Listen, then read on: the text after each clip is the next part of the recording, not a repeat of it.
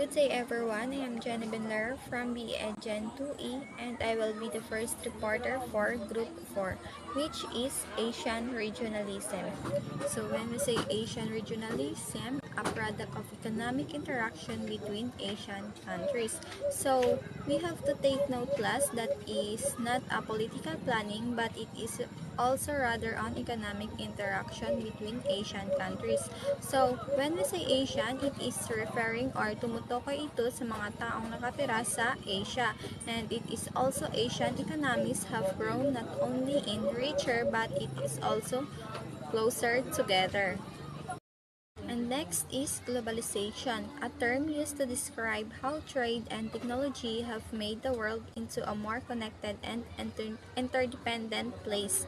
So when we say globalization class, it is refers to integration between people, companies, and government. And yung pinaka napapansin ko dito is yung pagsasama and nangyayari lamang sa pandaigdigang saklaw. And higit pa dito is yung isang proseso din ng pagpapalawak ng isang negosyo sa buong mundo. And next one is regionalism. So, ano nga po ba yung regionalism? So, when we say regionalism, it is refers to a political ideology that favors a specific region over a greater area. And it usually results due to a political separations, religion, geography, cultural boundaries, linguistic regions, and managerial divisions. So, in short, the economic arrangement group of countries and aim at facilitating, enhancing, and regional integration. And next is regionalization. So the division of a nation into states or provinces. So when we say regionalization, can be conceived as the growth of societal integration within a given region, including the undirected processes of social and economic interaction among the units. So next one is regionalism versus globalization. So regionalism is a process of dividing an area into a smaller segments called region. And globalization is a process by which the people of the world are unified into a single society and function together. So, ano nga po ba yung pinagkakaiba ng regionalization sa globalization? So, alam naman po nating lahat, no? And we are familiar naman po tayo sa mga meaning nito.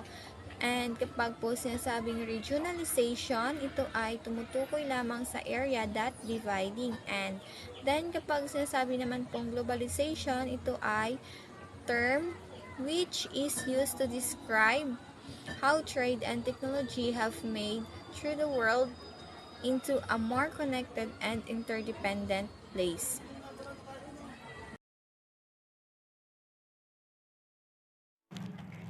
Good day everyone, my name is Teacher Bea and today I am here to talk about to you the concept of Asian regionalism. As you may know, the world is becoming increasingly interconnected and the trend is particularly evident in Asia, where countries are pursuing great economic, political, and social integration. Asian regionalism has become the important topic of discussion in recent years, as countries in the region seek to strengthen their relationship with each other and the rest of the world. In this presentation, we will explore the drivers of the Asian regionalism and the various forms of it as it taken, and the implication it may have for the region and the world wide as a whole. So let's dive and explore the fascinating topic together. Asian regionalism refers to the process of economic, political, and social integration among countries in the Asian region.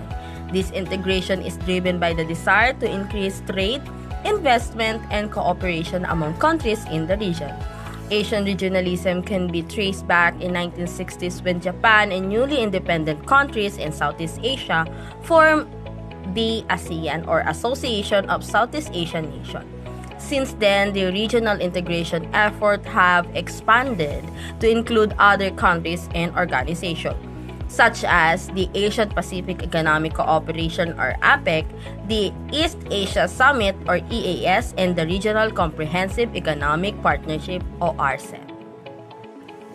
One of the main drivers of Asian regionalism is the growing economic importance of the region. Asia is a home to some of the world's fastest growing economies, and the country in the region are increasingly interdependent as trade and investment follows have increased. Asian regionalism is also seen as a way to counterbalance the influence of Western power in the global economy. However, there are also challenges in the Asian regionalism. Some countries in the region have political rivalries and territorial disputes, which can hinder cooperation. Additionally, there are different levels of economic development and political system among Asian countries, which can create obstacles to integration. So now let's talk about the differences of globalization and regionalization in terms of nature, market, cultural and societal relation, and technological advances. But first, let's talk about globalization and regionalization. Globalization and regionalization are two concepts that are often used to discussion related to international trade, economics, and political. While both of globalization and regionalization involves the integration of markets, economies, and societies, there are some of key differences between the two concepts. In terms of nature, globalization refers to the process of integrating economies, cultures, and societies across national border. It involves the free flow of goods, services, and ideas across national boundaries, facilitated by advances in technology and communication. Regionalization, on the other hand, refers to the process of integrating economies, cultures, and societies within the specific region. Okay? Such as the continent of a group of neighboring countries. It involves the creation of regional agreements and institutions to promote cooperation and integration within the region. So, in cultural and societal relation, the globalization have the homogenizing effect of culture as the spread of popular culture and the consumer products can lead to adoption of similar culture norms and values across the different countries. In regionalization, on the other hand, can promote the preservation and celebration of unique culture tradition within the region. So in terms of technological advances, both globalization and regionalization are driven by the advances in technology and communication. Globalization is enabled by the widespread adoption of technologies like the internet, which allows for the rapid exchange of information and creation of global networks. And regionalization, on the other hand, can be facilitated by technology that enabled regional cooperation and integration such as regional trade agreements and transportation infrastructures. In terms of market, globalization creates a global market that is accessible to the firms and consumers across the world, enabling economies of scale, increased competition, and efficiency. Regionalization, it creates regional markets that are characterized by the greater cultural and institutional similarities, lower trade barriers, and high levels of economic cooperation. As our world becomes increasingly interconnected in terms of globalization and regionalization that have more and more prevalent, this concept of two relate to integration of economies, societies, and culture that have differences between we tackled earlier. Ultimately, the choice between the globalization and regionalization depends on the specific needs and priorities of the countries or the regions. However, it is important to recognize the both process of both globalization and regionalization and positive to and negative impacts of it. And the careful consideration and planning is necessary to ensure the benefits of increased integration are maximized also. while minimizing the potential of negative consequences. As we move forward in a rapidly changing and increasingly interconnected world, let us strive to find the right balance between globalization and regionalization in order to create a more prosperous, sustainable, and equitable future for all. Thank you for listening. My name is Teacher Bea. Goodbye. I am Geraldine Libre and I'm going to discuss about the difference between globalization and regionalization. So, first is the nature.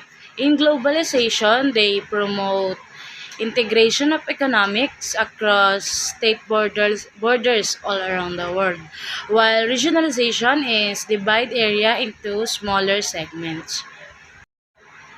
The second one is cultural and societal relation. In globalization, they are promoting multiculturalism, so they allow the different religion in globalization, while in regionalization is the opposite of the globalization in terms of multiculturalism. They not support the Next one is about market. So globalization allow trade in the different country, while regionalization is monopolies more likely to develop itself. So di sila nakikipag-trade sa ibang lugar. More on sila yung nagpo-produce or nagko-control ng mga product na pumapasok sa kanila. And the last one is about technological advances in globalization. We are advanced when it comes to technology, while in regionalization is their technology is rare in their country. So thank you for listening. I hope you understand my discussion and I hope you learn something. Thank you. Hello everyone, allow me to introduce myself. I am Micaela Ancanlas and I will be the first reporter for today. So, before we start, our topic is all about identify the factors leading to a greater integration of Asian region. So, under this, meron siyang mga subtopics and yung dalawang topics na napunta sa akin is yung economic growth and as well as the regional free trade agreement. So let's start with an economic growth. When we say economic growth, it is the process by which a nation's wealth increases over time. Okay, and it can be defined as the increase or improvement in the inflation adjusted market value of the goods and services produced by an economy in a financial year. Okay, so economic growth is basically the increase in value of goods and services produced by a nation's economy over time in unadjusted for an inflation. So, to make it short, ang economic growth is yung dami ng napoproduce na stock market sa isang bansa, no? Meaning to say, lumalago po yung isang country. Okay, pag sinabi po natin economic growth. And next slide. Growth is usually calculated in real terms, i.e., inflation-adjusted terms to eliminate the distorting effect of inflation on the prices of goods produced. Measurement of economic growth uses national income accounting since economic growth is measured as the annual percent change of gross domestic product or GDP. It has all the advantages and drawbacks of that measure.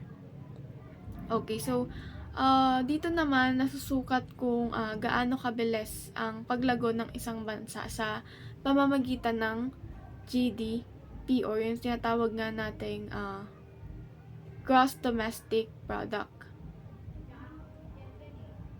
Alright, next slide po is economic goods and services are those that can be produced and that are scarce in relation to the demand for them.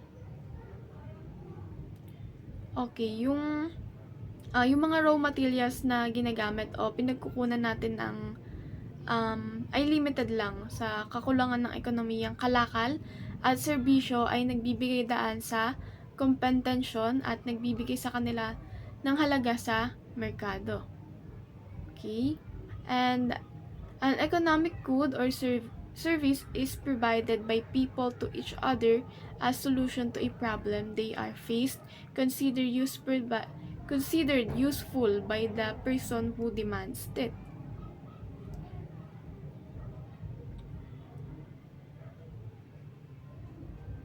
Ayun. So, yung sinasabi din dito yung kalakal or yung serbisyo ay tinuturing na kapakipakinabang sa mga taong nangangailangan, especially sa mga parang ayun na yung nagiging way nila sa solusyon ng problem na nararanasan nila. Okay? Next is the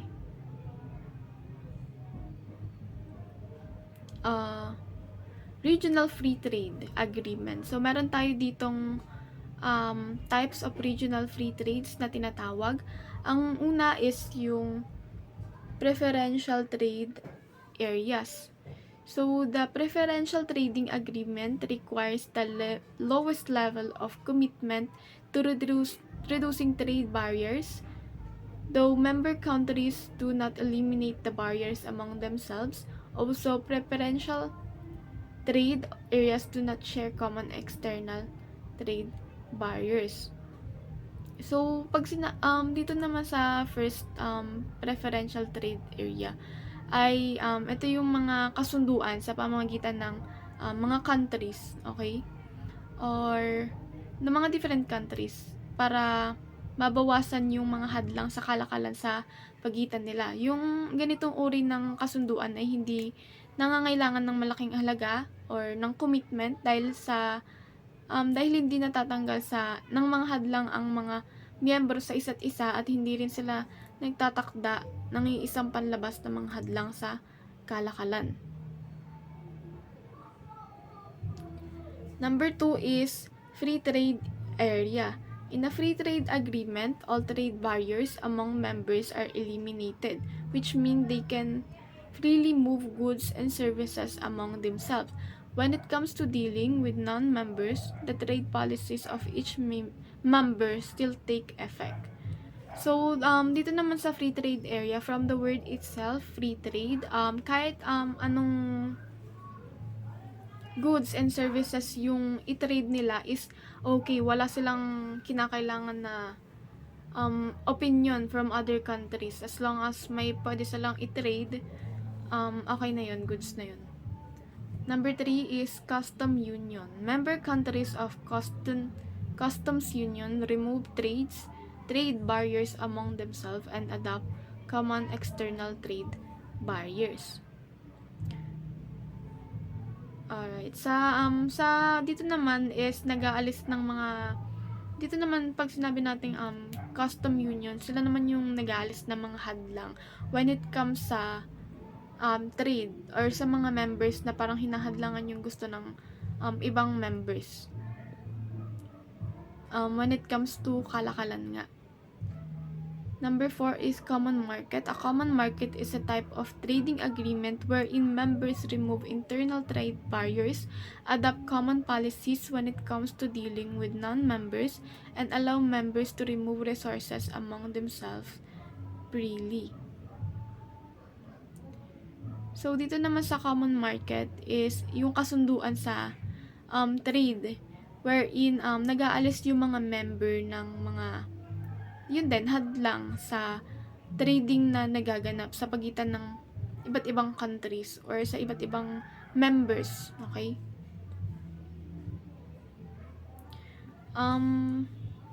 Fifth is the economic union. An economic union is a trading agreement wherein members eliminate trade barriers among themselves, adopt common external barriers, allow free important and export resources, adopt a set of economic policies, and use one currently. So, dito naman sa economic union is, ano pa rin siya, kasunduan pa rin sa kalakalan wherein yung mga members is freely mag-alis ng mga humahad lang din. Basically, lahat naman sila parang free na mag-alis ng um, tawag dito, ng mga trade barriers, no? Tas pwede rin sila mag-adapt ng common external barriers and allow din silang mag-import and export ng resources nila galing sa mga ibang members and also sa kanila rin. And lastly is the full integration. The full integration of a member con- countries is the final level of training agreements. So, sa lahat ng agreements, ito yung parang pinakamataas. Kasi parang full na siya. So, parang lahat na nandito sa kanya. And then, next slide is meron din tayong benefits of regional training agreements. Number 1 is boost economic growth. Alright, so member countries benefit from trade agreements, particularly in the form of generation of more job opportunities, lower unemployment rates, and market expansions. Also, since trade agreements usually comes with investment guarantees, investors who want to invest in developing countries are protected against political risk. So, ang first na benefits na natatanggap natin galing sa regional free trade agreements is that nabuboost niya yung economic growth ng isang country.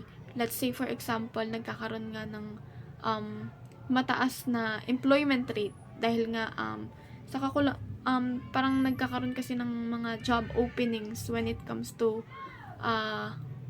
economic growth, 'di ba? Parang nagkakaroon ng mas maraming opportunities yung mga tao na makapag-apply and makapaghanap ng trabaho. Number 2 is volume of trade. Businesses in member countries enjoy greater incentives to trade in new markets thanks to attractive training conditions due to the policies included in the agreement. So, ayan, tumataas din yung volume of trades ng isang country. And next is quality and variety of goods. Trade agreements open a lot of doors for businesses as they gain access to new market. The competition become more intense. The increased competition compels businesses to produce higher quality product. It also leads to more variety for consumers where there is a wide variety of high quality product, businesses can improve customer satisfaction. So, dahil nga parang nagiging competition na siya sa market, or parang 'di ba sa isang tao parang naghahanap tayo ng kung ano ba yung mas better para mas marami tayong maging choices. Yung reason na yun is nagiging dahilan siya para mas tumaas yung mga product or yung mga quality ng product na ini-export and ini-import ng isang country. And yes, that would be all. And for our activity direction, make an essay answering what are the benefits of trade for economic development. Write it in a whole sheet of paper. So yeah, that would be all, and have a great day to all. Goodbye.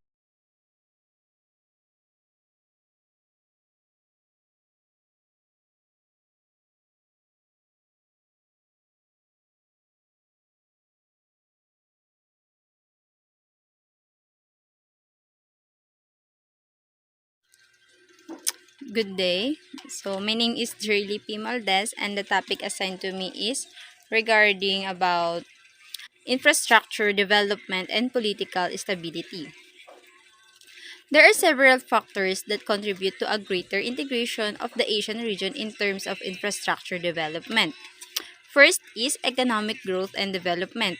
Asia has experienced significant economic growth in recent decades, resulting in increased investment and demand for infrastructure. Rapid urbanization, industrialization, and the rise of middle class population have created the need for better. Next, transportation networks, social infrastructure. So second is the regional cooperation initiatives. Various global regional cooperation initiatives have been established to promote infrastructure development and integration in Asia. Examples include the Belt and Road Initiatives, yung BRI, led by China, the Asian Infrastructure Investment Bank, AIIB, and the Association of Southeast Asian Nations, or yung ASEAN. Connectivity initiatives. These initiatives aim to enhance connectivity, trade, and economic cooperation among Asian countries. Third is yung connectivity and transport networks. It is improve connectivity through transportation network. It is crucial for regional integration. Efforts to develop cross-border infrastructure such as yung highways, railways, ports, airports, and facilitates the movement of goods, services, and people across the national boundaries. Projects like the Asian Highway Network and Trans-Asian Railway Network are aimed to or enhancing connectivity within the region. Number 4, the trade and investment facilitations. So, the promotion of trade and investment plays a vital role in regional integration. It is infrastructure development enables the efficient movement of goods and services, reduces trade costs, and enhances economic competitiveness. The establishment of special economic zones, industrial parks, and logistics hubs foster and trade and investment flows within the region. Fifth is energy infrastructure and corporation. The development of energy infrastructure, including power generation, transmission, and distribution system, is crucial for economic growth and regions. Regions integration, collaborative efforts in energy infrastructure projects such as the construction and cross-border power grids and pipelines promote energy security, resource sharing, and cooperation among the Asian countries. Sixth is the digital connectivity and information and communication technology, which is the ICT. It is the rapid advancement of digital technology and ICT infrastructure has opened up new avenues for regional integration. The development of high-speed internet connectivity, data centers, and digital platforms facilitates across or cross-border e-commerce, financial instruction, and information sharing, promoting economic integration and innovation. So, 7 is yung financing and investment. Adequate financing is essential for infrastructure development. Asian countries has been actively seeking investment from domestic and international sources to fund infrastructure projects. The AIIB, yung sabi ko nga kanina, is multilateral development banks, public-private partnerships, and sovereign wealth funds plays significant roles in providing financial support for infrastructure development in the region. 8 is policy reforms and institutional frameworks. Government need to implement policy reforms and establish effective institutional framework to attract investments, streamline regulatory processes, and ensure the project implementation, creating an enabling environment for infrastructure development such as the transparent governance and efficient project management. So, legal frameworks also included and it is encouraging the greater integration in the Asian region. So it is important to note that the level of integration varies across Asian countries and challenges such as yung geopolitical tensions, financial constraints, and environment sustainability need to be addressed to achieve comprehensive regional integration in infrastructure development.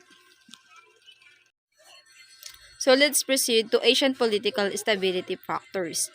The greater integration of the Asian region regarding political stability can be influenced by several factors. Here are some key factors that contribute to such integration. First is yung economic interdependence.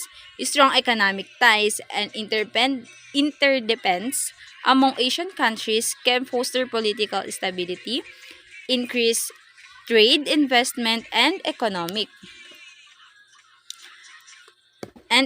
cooperation create mutual interest, making it less likely for countries to engage in conflicts or destabilizing activities that could disrupt economic growth and development. Second is regional organization and initiatives. This is the presence of regional organization and initiatives can facilitate political stability by providing platforms like dialogues, cooperation, and conflict resolution, and organizations such as the Association of Southeast Asia, Asian Nations, yung ASEAN, and the Shanghai Cooperation Organization o yung SCO. And the Southeast Asian Association and Regional Corporation, yung SAARC, play important roles in promoting stability through diplomatic efforts, confidence building measures, and regional regional integration. So third is yung diplomatic engagement and dialogues, regular diplomatic engagements, dialogues, and negotiations among Asian countries help address disagreements, manage conflicts, and build trust. Bilateral and multilateral dialogues provide opportunities for leaders to um, discuss and find peaceful resolution to political issues, thereby reducing the likelihood of instability. Fourth is yung confidence building measures. Yung confidence building measures o yung CBMs are mechanism implemented to promote trust and reduce the tensions among the nations. These measures can include transparency in military activities, information sharing, joint exercise, and cultural exchanges. It is also helped establish a foundation of trust and enhance political stability in region. Five is shared security concerns. It is a shared security concerns such as terrorism, transnational crime, and non-traditional security threats can bring countries together to address common challenges. Cooperation in intelligence sharing, joint military exercises, and coordinated efforts to combat these threats foster collaboration and enhance political stability in the region. So, pang-6 is the political and economic reforms. It is the countries undertaking political and economic reforms to strengthen governance, rule of law, and democracy, contribute to regional stability. It is the stable and transparent political system, respect for human rights, and accountable institution to provide a environment for peace and stability. 7 is cultural and people-to-people exchanges. Cultural people-to-people exchanges is foster mutual understanding, empathy, and cooperation among nations. It is enhance cultural ties and educational exchanges, and tourism promote goodwill, bridge differences, and contribute to a stable regional environment. 8 is infrastructure connectivity.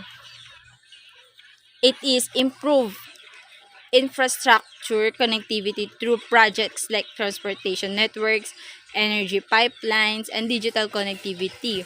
It can enhance economic integration too and cooperation. These developments promote mutual dependencies and interconnectivity, creating incentives for stability and collaboration. It is important to It is important to note that Achieving greater integration and political stability in the Asian region is a complex and ongoing process influenced by various historical, geographical, and socio-economic factors. Good day, everyone. I would like to introduce myself. My name is Jushel A. Masuhol from BEdGen 2E, and I will be your reporter in cultural exchange and digitalization. So, first, what is culture exchange? So, let's have a look in this presentation. We have learning outcomes. So at the end of the lessons, the students should be able to first know what is cultural exchange. Second, what are the benefits of cultural exchange? And the last one, we have development of intercultural competence. So let's have a look. So, cultural exchange refers to the process of sharing and exchanging ideas, customs, values, traditions, and beliefs between different cultures. So, this exchange can occur in various forms, such as through music, arts, literature, cuisine, language, and more. So another example of cultural exchange can have many benefits, including promoting mutual understanding and respect between different cultures, fostering cross-cultural communication, and promoting cultural diversity. It can also lead to personal growth and self-awareness as individuals are exposed to new perspectives and ways of thinking. So let's have a look what is the benefits of cultural exchange. Let's proceed. So first we have called increased cultural awareness and understanding. So cultural exchange allow individuals to learn about different customs, traditions, beliefs, and practices of other cultures. This can increase their cultural awareness and understanding, helping them to appreciate and respect cultural differences. So, increased cultural awareness and understanding refers to the process of becoming more knowledgeable and empathetic towards different cultures. This can be achieved through exposure to different culture practices, traditions, and customs, which can help break down cultural barriers and promote cross-cultural communication. Second, we have improved language and communication skills. So, cultural exchange often involves communicating with people who speak different languages. This can help individuals to improve their languages and communication skills, including listening, speaking, reading, and writing in a foreign language. So, improving language and communication skills refers to the process of becoming better at expressing oneself and understanding others in a different language or communication styles. This can be achieved through exposure to different language and communication styles, which can help individuals to develop a deeper understanding of other cultures and ways of thinking. Third one, we have career opportunities. So cultural exchange can provide individuals with valuable skills and experience that can be applied in their careers. It can also enhance their resumes and make them more attractive to potential employers. Career opportunities refers to the potentials of individuals to develop and advance their professional careers.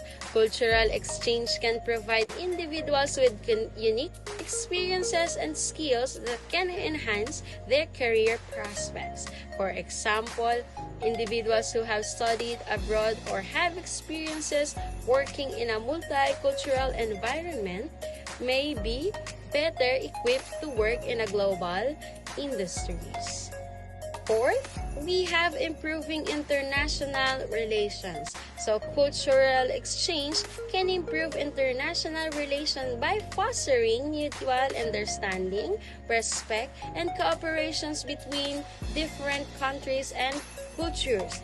This can help to reduce tensions and promote peace and stability. So, improve international relations refers to the development of positive and mutual beneficial relationships between different countries and culture. So, cultural exchange can promote improved international relations by fostering greater understanding, empathy, and respect between different cultures. So, let's proceed to the development of intercultural competence of culture exchange. First, we have called adaptability.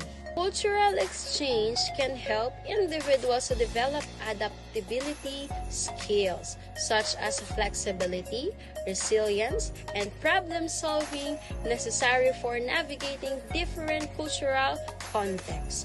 The skill can help individuals navigate unfamiliar situations and adjust to new cultural norms. Adaptability involves being open-minded, flexible, and willing to learn from new experiences. It also involves being able to communicate effectively with people from different cultural backgrounds and being able to adjust one behavior to fit different cultural expectations. Second, communication skills. Effective communication is critical for successful intercultural interaction. Cultural exchange can help individuals to develop communication skills such as active listening and asking questions and providing feedback that are necessary for interacting with people from different cultures. So, communication skills refers to the ability of individuals to convey and receive messages effectively and clearly, both verbally and non-verbally. In the context of cultural exchange, communication skills are essential for promoting cross-cultural understanding and collaboration. Effective communication involves not only being able to express oneself clearly, but also being able to listen actively and understand the perspectives of the others. Last but not the least, we have exposure to diverse perspective. Cultural exchange exposes individuals to different cultural perspectives, values, and practices.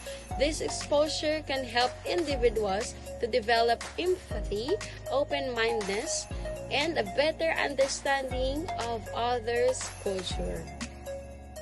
So, exposure to diverse perspectives refers to the experience of encountering different ideas, beliefs, and ways of thinking from people of different cultural backgrounds. In the context of cultural exchange, exposure to diverse perspective is a key benefit that can broaden individuals' understanding of the world and challenges their assumption basis.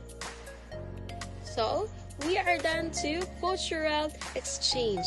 Thank you for listening. So, let's jump to digitalization. We have learning outcomes. So, at the end of the lesson, the student should be able to first, what is digitalization? Second, what are the benefits of digitalization? And third, what are the examples of digitalization? First, what is digitalization? So, digitalization is a process of transforming analog data into digital formats, allowing for greater efficiency, speed, and accessibility. So, the whispered adoption of digital technology has revolutionized many aspects of our lives, from communication and entertainment to business and health care. What are the example of digitalization? So first, online banking. Second, e-data analysis. Third, cloud computing. Fourth, digital marketing. Fifth, telemedicines. And the last one we have, smart home. Let's jump. What are the benefits of digitalization? So first, we have increased efficiency. Increase efficiency. Digital tools can automate repetitive tasks, streamline workflows, and eliminate paper-based processes, which can save time and reduce errors. The next one, we have improved accessibility. Digital technology has made it easier to access information and services from everywhere in the world, which can improve productivity and collaboration. Third, we have enhanced data analysis. Digitalization has enabled businesses to collect and analyze vast amounts of data, which can improve insights into customer behavior, market trends, and other key factors. Fourth, better customer experiences. Digital channels such as a website and social media have made it easier for business to interact with customers, provide personalized service, and respond quickly to their needs. Fifth, cost savings. Digitalizations can reduce costs associated with paper-based processes, physical storage, and manual labor, which can help businesses save money. And last but not the least, we have increased innovation. Digital technology can enable businesses to develop new products and services, enter new markets, and stay competitive in a rapidly changing business environment. So all of these are just a few examples of globalization, and possibilities are constantly expanding as technology continues to evolve. And all of these are called digitalization. Thank you for listening. The evolution of regionalism.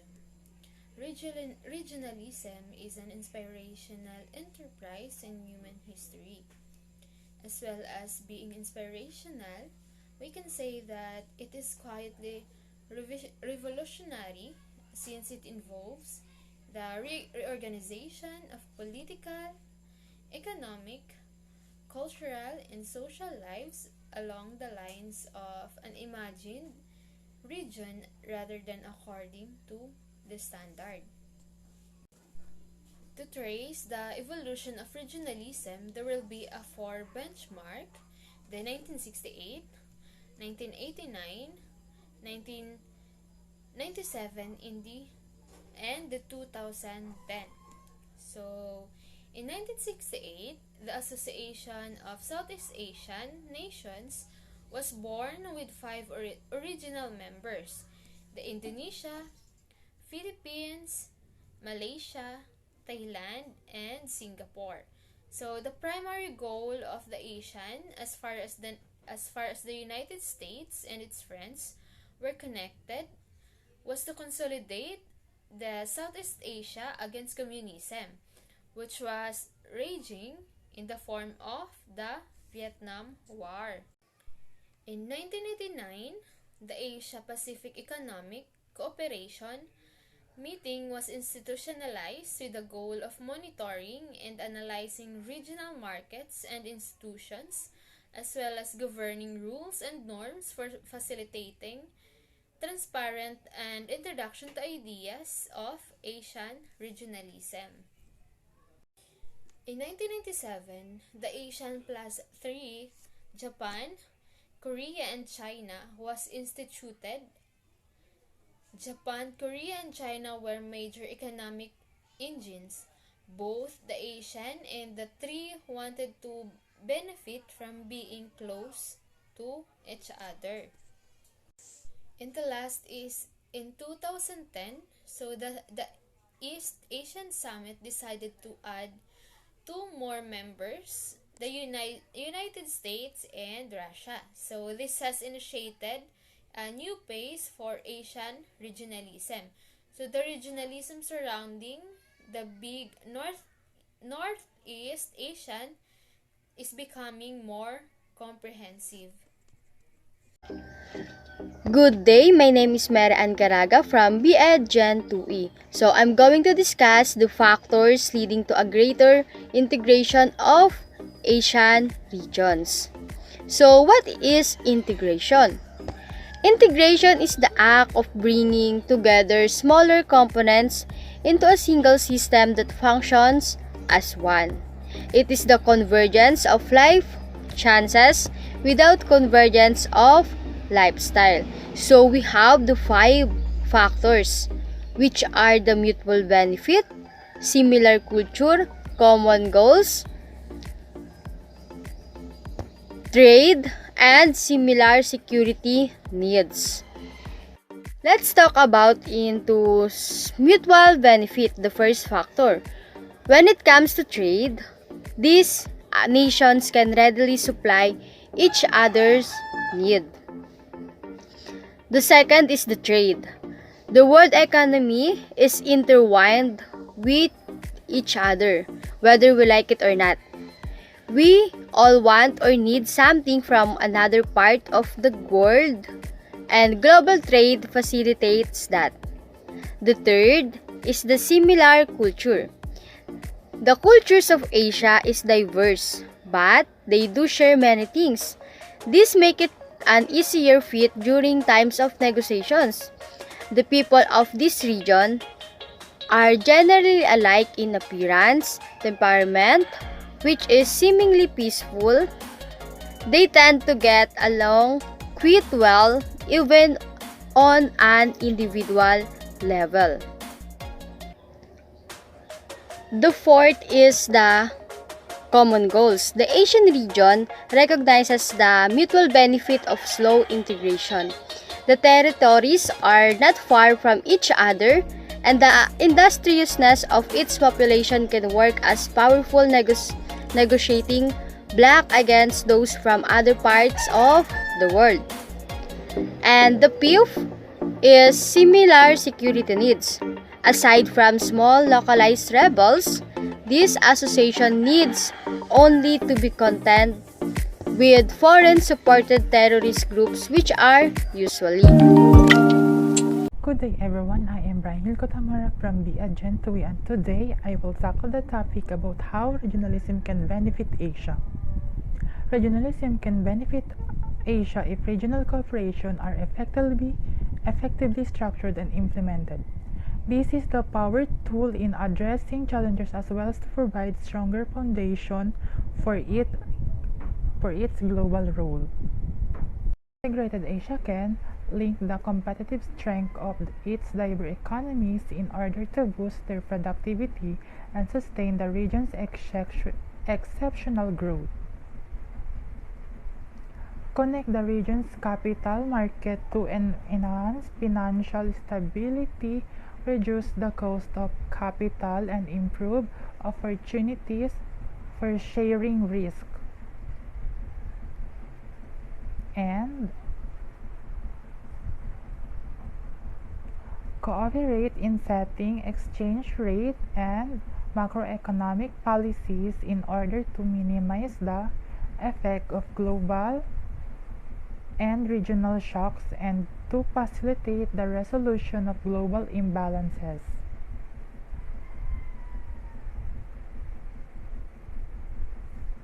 Pool the region's foreign exchange reserve to make more resources available for investigate development. Exercise leadership in global decision making to sustain the open global trade and financial system that have supported a half-century of unparalleled economic development, and build connected infrastructure and collaborate on inclusive development to reduce inequalities within and across. economies and those strengthen support for pro-growth policies and create regional mechanisms to manage cross-border health, safety, and environmental issues better. These are the opportunities that would benefit Asia if they are integrated and deserve a high priority in national policymaking. What is needed is trust, innovation, and compromise. Policymakers and the highest level appear in committed in the pushing the regional agenda, but considerable leadership and energy are needed to achieve best results. This benefit from cooperation could extend also to developing Asian economies that are not yet part of the region's integrating core. Indeed, in a relative terms, newcomers to regional integration have the most to gain from the expanded opportunities for economic development that it provides, hence, development strategy, and to provide guidance on how to build a stronger regional connection will benefit not only Asia but the world.